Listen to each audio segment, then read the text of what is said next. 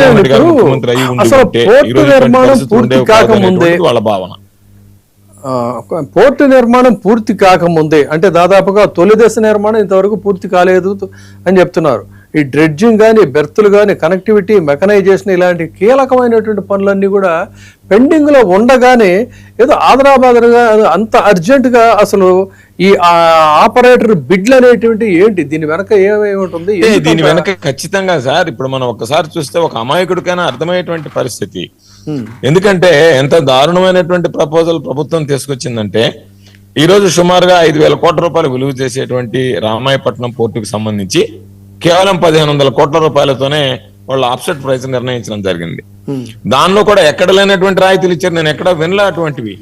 750 కోట్లు కడితే సరిపోతుంది, మిగతా 750 కోట్లకు సంబంధించి కూడా మిగిలిపోయినటువంటి నిర్మాణ పనులు ఏదన్నా ఉన్నా కూడా అవి ఆ ప్రైవేట్ సంస్థ చేసుకుని ప్రభుత్వానికి ఇవ్వాల్సినటువంటి మిగిలినటువంటి 750 కోట్ల రూపాయలు వాటిని సర్దుబాటు చేసుకోవచ్చు అని. అంటే ఆ ఉన్నటువంటి రేట్లను పెంచేసి ఆ కాంట్రాక్టర్ అవతారం కూడా వాళ్లే ఎత్తి దాన్ని ఆ 750 కోట్ల కూడా దోపిడీ చేస్తాను. అంటే చెప్పాలి అంటే ఇక్కడ పేపర్ మీద 5,000 కోట్ల రూపాయలు విలువైనటువంటి పోర్టుని 1,500 కోట్లని చెబుతూ 750 కోట్ల రూపాయలకి ఇవ్వడానికి సిద్ధపడ్డట్టుగా మనకు స్పష్టంగా కనిపిస్తుంది. దానితో పాటు ఏదైతే ఈరోజు పవర్ ఫైనాన్స్ కార్పొరేషన్ నుంచి 2,097 కోట్ల రూపాయల లోన్ ఉందో దాన్ని కూడా ప్రభుత్వమే రీపే చేస్తానని చెప్పింది. దానికి అదనంగా దాదాపుగా 850 ఎకరాల్లో ఈరోజు నిర్మాణమైనటువంటి పోర్టుకి అదనంగా ఎంత కావాలన్నా సరే దాన్ని మీకు సమకూరుస్తామని చెప్పి జీవో ఇచ్చింది. ఆ సమకూర్చేటువంటి స్థలానికి 1,000 కోట్ల రూపాయల ప్రభుత్వం ఖర్చు పెట్టి 1 ఎకరాకి 1 సంవత్సరానికి 99 పైసలకే లీజుకి ఇవ్వడానికి ఈరోజు ప్రభుత్వం సిద్ధపడిందని చెప్పి కూడా దాంట్లో స్పష్టంగా తెలియజేయడం జరిగింది.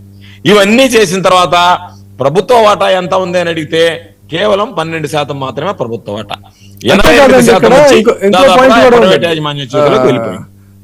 ఇంకొక పాయింట్ కూడా ఉంది ఇక్కడ. ఏప్రిల్ 10వ తేదీ జరిగినటువంటి మంత్రివర్గ ఉపసంఘ సమావేశంలో రామాయపట్నం ఫేజ్ 1కి పనుల గడువు తేదీ పొడిగించారు. అయితే పనుల గడువు తేదీ పొడిగించినట్టుగా అయితే న్యూస్ వచ్చింది, కానీ దీంట్లో అసలు లాస్ట్ డేట్ ఏది, లిక్విడేటెడ్ డ్యామేజెస్ విధించారా లేదా, కాంట్రాక్టర్కి అదనపు ప్రయోజనాలు ఏ మేరకు ఏమన్నా అసలు ఉన్నాయా, ఇచ్చారా, ఇస్తే ఎంత ఇచ్చారు, ఈ వివరాలు కూడా ఎక్కడ లేవండి. సో దీన్ని ఎలా చూడాలంటారు? సార్ ఇప్పుడు ఏం చేశారంటే దాన్ని వాళ్ళు మీరు 750 కోట్లు కట్టండి, మిగిలినటువంటి పనులు ఎంత ఉన్నాయో అవి మీరే చేసుకోండి, ఆ చేసుకున్నటువంటి పనులకు సంబంధించినటువంటి డబ్బు కూడా మాకు కట్టాల్సినటువంటి 750 కోట్లు మినహాయించుకోండి. అంటే దాని అర్థం ఏమిటంటే పన్నుల రేట్లు పెంచుతారు, గడువు పొడిగిస్తారు, ఉన్నటువంటి ఆ పనులు ఎంత అనేటువంటిది అంచనా వేరు, ఇప్పటి వరకు ఎన్ని పనులు జరిగాయనేటువంటిది చెప్పరు.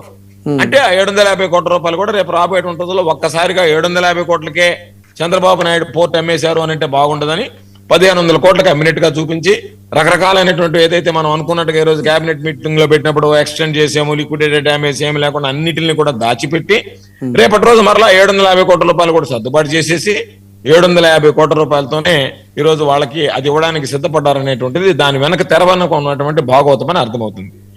మేము అడిగేది ఇంత పెద్ద ప్రాజెక్టు, ఒక లక్ష్యంతో నిర్మించినటువంటి ప్రాజెక్టు, ఈ ప్రజలకు సంబంధించినటువంటి ఆస్తిగా భావించేటువంటిది, రేపు రాబోయేటువంటి రోజుల్లో ప్రజల సంపద పెరిగేటువంటిది, రాష్ట్రానికి ఆదాయం వచ్చేటువంటిది, స్థానికంగా ఉండేటువంటి వాళ్ళు కోరుకున్నట్టుగా స్థానిక యువతకు ఉద్యోగ ఉపాధి అవకాశాలు వస్తాయి, ప్రభుత్వం ఆధ్వర్యంలో నిర్వహిస్తే వాళ్ళకి ఆ ఉద్యోగ భద్రతలు ఉంటాయి.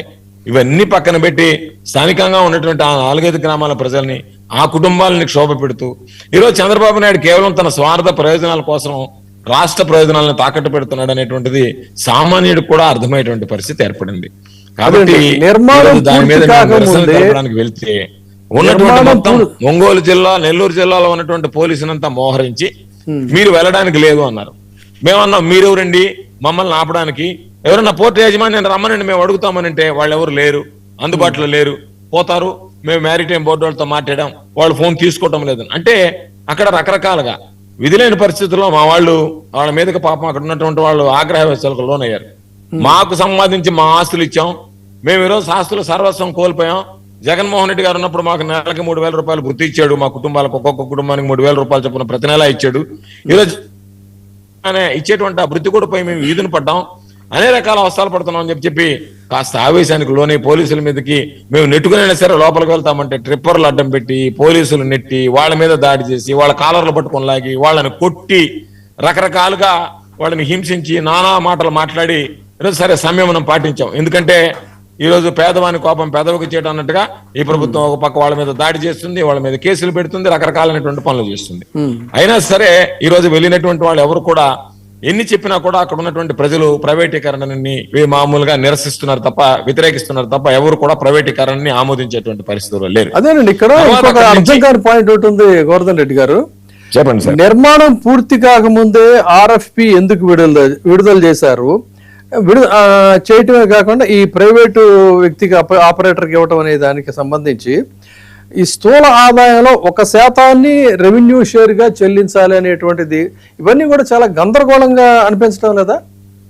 ప్రతి ఒక్కటి నేను అనుకోవడం, ఎందుకంటే ఇక్కడ ఇంకొక 2-3 ఇష్యూస్ కూడా ఉన్నాయండి. అసలు EPC సివిల్ వర్క్ ప్రోగ్రెస్ ఏంటి అనేది చెప్పాలి, మెరైన్ వర్క్స్ పురోగతి ఏంటో చెప్పాలి, డ్రెడ్జింగ్ రిక్లమేషన్ పురోగతి ఏంటో చెప్పాలి, 4 బెర్తుల వారీగా పురోగతి ఎంత మేరకు వచ్చిందో చెప్పాలి, రోడ్డు రైల్వే కనెక్టివిటీ ఏంటో అనేది చెప్పాలి. ఈ ప్రోగ్రెసెస్ ఇవేవి లేకుండా ఏదో హర్రీబర్రీగా మాకున్న సమాచారం మేరకు భౌతిక నిర్మాణ పురోగతి 78.28% మాత్రమే.